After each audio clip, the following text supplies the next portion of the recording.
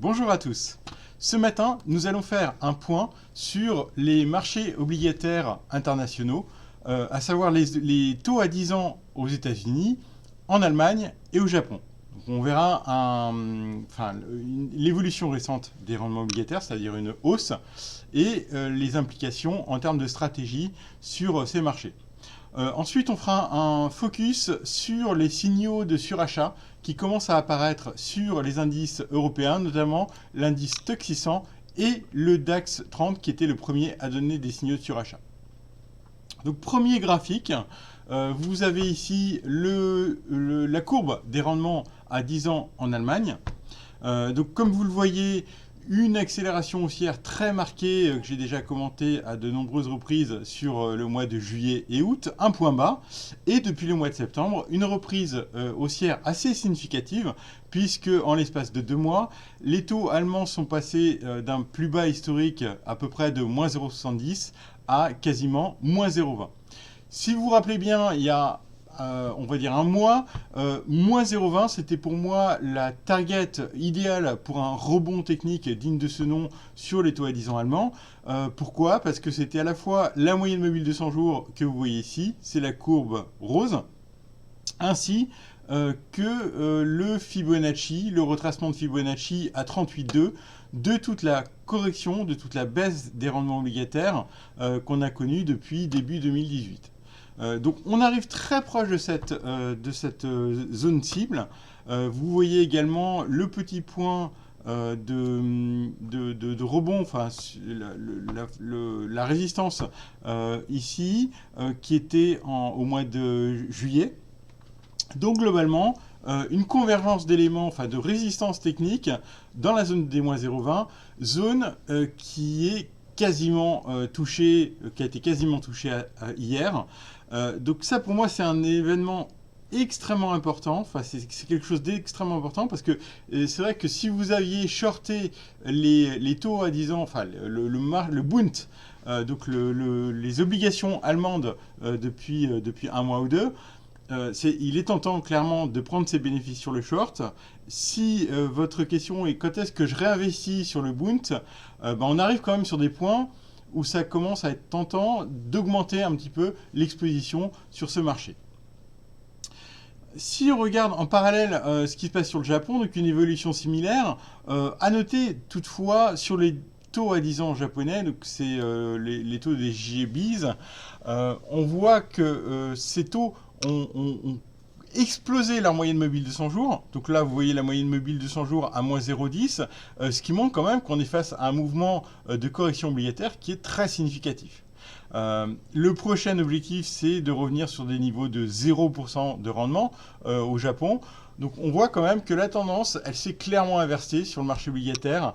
On est dans un marché qui commence à être assez mauvais sur les obligations d'État. Néanmoins, effectivement, on voit que sur les niveaux actuels, c'est plus des niveaux où il faut shorter agressivement, même du JGB.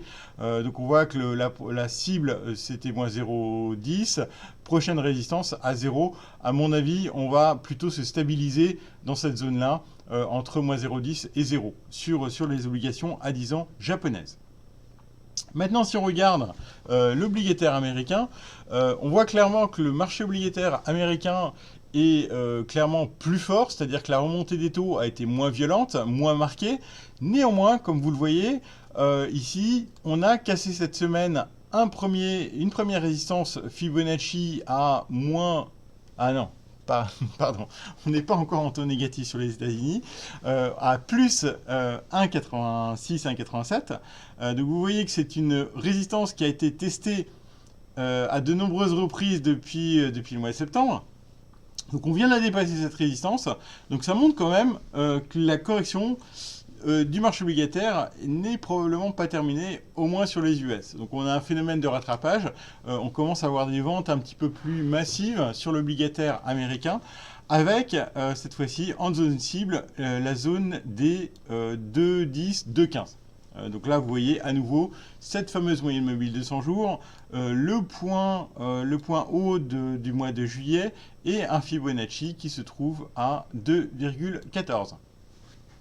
Donc globalement, plutôt des niveaux où ça devient tentant de reprendre un petit peu d'obligations japonaises et allemandes.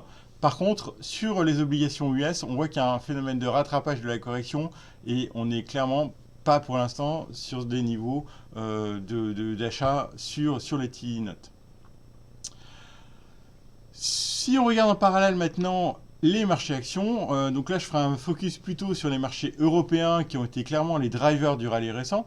Ce qu'on voit, c'est qu'en parallèle de cette petite survente qui commence à apparaître sur les obligations allemandes, on voit un DAX 30 qui est très très fort.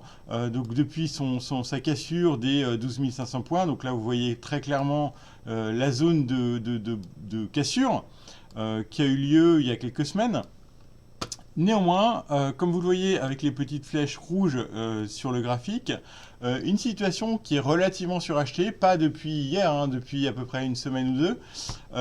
Donc c'est une situation où on a des risques, cet indicateur met en exergue le risque de pullback intermédiaire.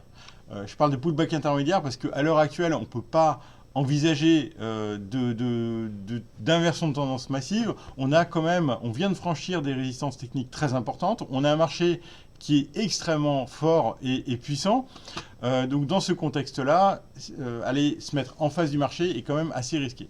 Néanmoins, ce qu'on peut voir, c'est que historiquement, quand on a eu des situations de surachat similaires, donc là vous voyez différents cas depuis 2017, ici donc on a eu 3 cas essentiellement, généralement c'est soit une phase de consolidation à plat, un peu comme ce qu'on avait vu fin 2017, donc là vous voyez, suivi d'une nouvelle impulsion haussière, soit plutôt des marches un peu topiches, voire en fin de tendance haussière.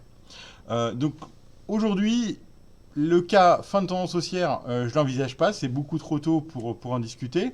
Néanmoins, on voit qu'à l'approche de ces tops de fin 2017, on a un risk-reward qui est clairement beaucoup moins bon en termes de trading sur les niveaux actuels, en termes de long.